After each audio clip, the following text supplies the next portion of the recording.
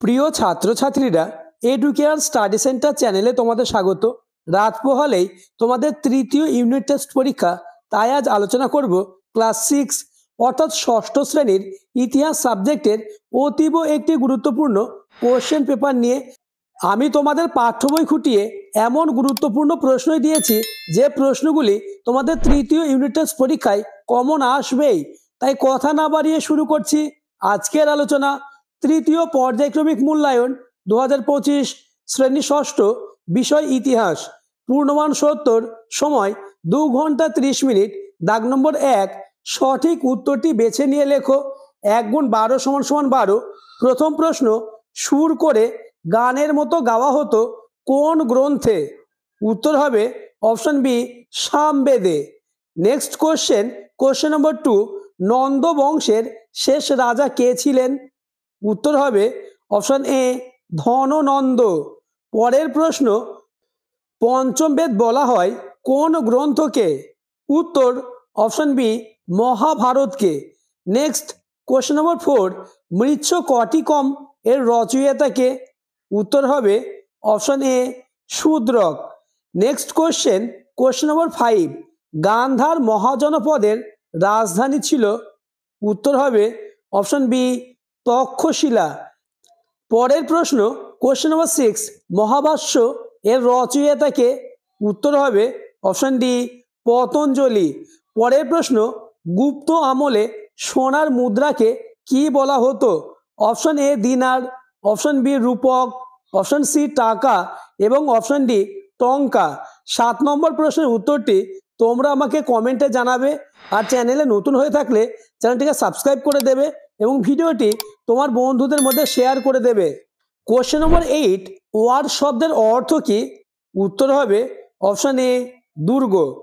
Next question নম্বর 9, প্রথম লিখিত আইন চালু হয়েছিল কোথায়? উত্তর হবে অপশন বি, ব্যাবিলনে। নেক্সট কোশ্চেন, সূর্য সিদ্ধান্ত বইটির লেখককে? উত্তর option B, Aryabhata. Next question number 11, Gatha Saptashati লেখা হয়েছিল কোন ভাষায়? উত্তর হবে প্রাকৃত ভাষায়, অর্থাৎ option B is the correct answer. Question number 12, Mahavir জন্মগ্রহণ করেন কত খ্রিস্টপূর্বাব্দে? উত্তর হবে অপশন ডি, খ্রিস্টপূর্ব 540 অব্দে। পরের প্রশ্ন, বৈদিক সমাজে জনপ্রিয় খেলা ছিল কোনটি? উত্তর অপশন বি, পাশা। পরের প্রশ্ন, প্রাচীন ভারতের ইতিহাসে প্রথম নগরায়ন দেখা দিয়েছিল কোথায়? উত্তর হরপ্পায়, অর্থাৎ option A is the correct answer. পরের প্রশ্ন, মিশরের শাসকদের কি বলা হতো? উত্তর হবে ফেরাও, অর্থাৎ option A is the correct answer. Next question, Arthashastra এর লেখক হলেন? উত্তর হবে অপশন সি, কৌটিল্য। পরের প্রশ্ন, বজ্জীদের রাজধানী কোথায় ছিল? উত্তর হবে অপশন ডি, বৈশালী। নেক্সট দাগ নম্বর 2, কোনটি ঠিক বা কোনটি ভুল লেখো। 1 গুণ 3 সমান সমান 3। প্রথম প্রশ্ন, মৌর্য আমলে মেয়েরাও মহামাত্যের দায়িত্ব পেতেন? উত্তর ভুল। পরের প্রশ্ন, কম্বনের রামায়ণে রামকেই বড় করে দেখানো হয়েছে? উত্তর ঠিক। পরের প্রশ্ন, কোশ্চেন নম্বর 3, দিগম্বররা শ্বেত বস্ত্র পরিধান করতেন? উত্তর ভুল। পরের প্রশ্ন, সকলোত্তর পথনাথ বলা হতো হর্ষবর্ধনকে? উত্তর ঠিক। নেক্সট, তামিল সাহিত্যকে সঙ্গম সাহিত্য বলা হয়? উত্তর ঠিক। নেক্সট দাগ নম্বর 3, বেমানান শব্দটি খুঁজে লেখো। প্রথম প্রশ্ন, ব্রাহ্মণ, ক্ষত্রিয়, শূদ্র এবং নৃপতি। উত্তর হবে নৃপতি, কেননা এটি বর্ণ নয়। কোশ্চেন নম্বর 2, উষা, অদিতি, পৃথিবী এবং দুর্গা। উত্তর হবে Durga. Question number 3, Alexander, Seleucus, Kanishka, Menander. উত্তর হবে মিনান্দার। পরের প্রশ্ন, ব্রাহ্মী, সংস্কৃত, খরষ্ঠী এবং দেবনাগরী। উত্তর হবে সংস্কৃত। নেক্সট, শক, কুষাণ, হুন, ভীম কোদফিসেস উত্তর বিম কদফিসেস। নেক্সট দাগ নম্বর 4, শূন্যস্থান পূরণ করো যে কোনো দুটি। প্রথম প্রশ্ন, গাথা সপ্তশতী গ্রন্থটি সংকলন করেন ড্যাশ। উত্তর গাথা সপ্তশতী গ্রন্থটি সংকলন করেন সাতবাহন রাজা হাল। নেক্সট কোশ্চেন, কনিষ্ক ড্যাশ খ্রিস্টাব্দে কুষাণদের শাসক হন। উত্তর কনিষ্ক 78 খ্রিস্টাব্দে কুষাণদের শাসক হন। নেক্সট, দিগম্বরদের নেতা ছিলেন। উত্তর দিগম্বরদের নেতা ছিলেন ভদ্রবাহু। নেক্সট কোশ্চেন, গৌতম বুদ্ধের প্রথম নাম কি ছিল। উত্তর সিদ্ধার্থ। নেক্সট দাগ নম্বর 5, এক কথায় উত্তর দাও যে কোনো 8টি। প্রথম প্রশ্ন, চন্দ্রগুপ্ত মৌর্যের রাজধানী কোথায় ছিল। উত্তর পাটালিপুত্র। পরের প্রশ্ন, মহাবীর কততম তীর্থাঙ্কর ছিলেন। উত্তর 23তম। আমি তোমাদের জন্য ভেরি ভেরি ইম্পর্টেন্স অর্থাৎ সব থেকে বাছাই করা গুরুত্বপূর্ণ প্রশ্ন দিয়েছি, তাই প্রতিটি প্রশ্ন পরীক্ষার আগে অন্তত একবার হলেও প্র্যাকটিস করে যাবে, কেননা এই প্রশ্নগুলি থেকে বেশিরভাগ প্রশ্নই তোমাদের পরীক্ষায় কমন আসবে। নেক্সট কোশ্চেন, দুটি গণরাজ্যের নাম লেখো। উত্তর দুটি প্রাচীন ভারতীয় গণরাজ্যের নাম হলো বৃজ্জি এবং মল্ল। নেক্সট, করশাপন বলতে কি বোঝো।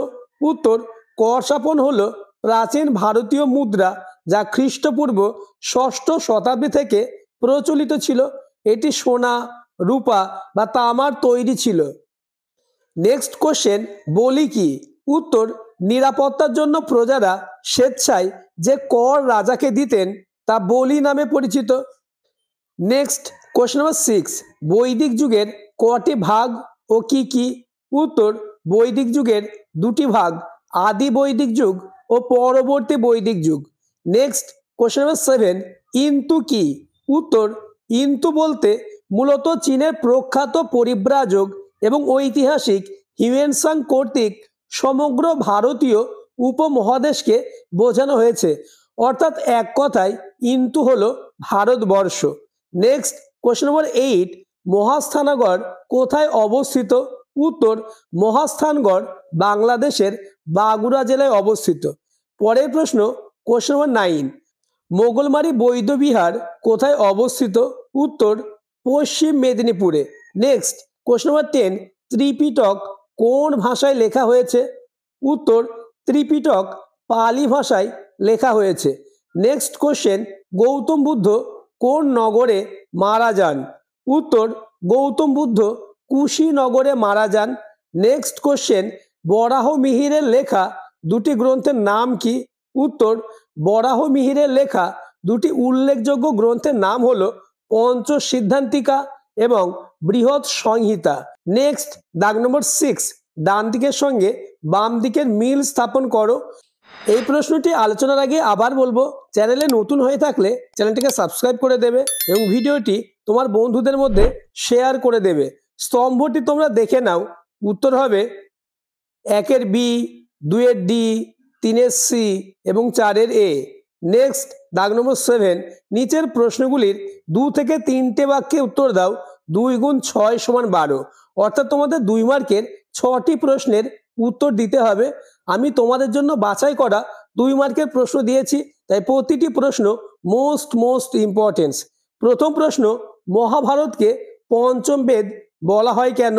উত্তর মহাভারতকে পঞ্চম বেদ বলা হয়, বেদ যেমন জ্ঞানের ভাণ্ডার, মহাভারতে সেই প্রকার অসংখ্য জ্ঞান গল্পের আকারে দেওয়া আছে, তাই মহাভারতকে পঞ্চম বেদ বলা হয়। নেক্সট কোশ্চেন, ঋগ বৈদিক যুগের চতুর্বর্ণের পরিচয় দাও। উত্তর ঋগ্বেদ অনুযায়ী সমাজে প্রথম দিকে চতুর্বর্ণ প্রথা বিশেষভাবে প্রচলিত ছিল এমনটা বলা যায় না। সম্ভবত ঋগ্বেদে বর্ণ বলতে মানুষের গায়ের রঙকে বোঝানো হয়।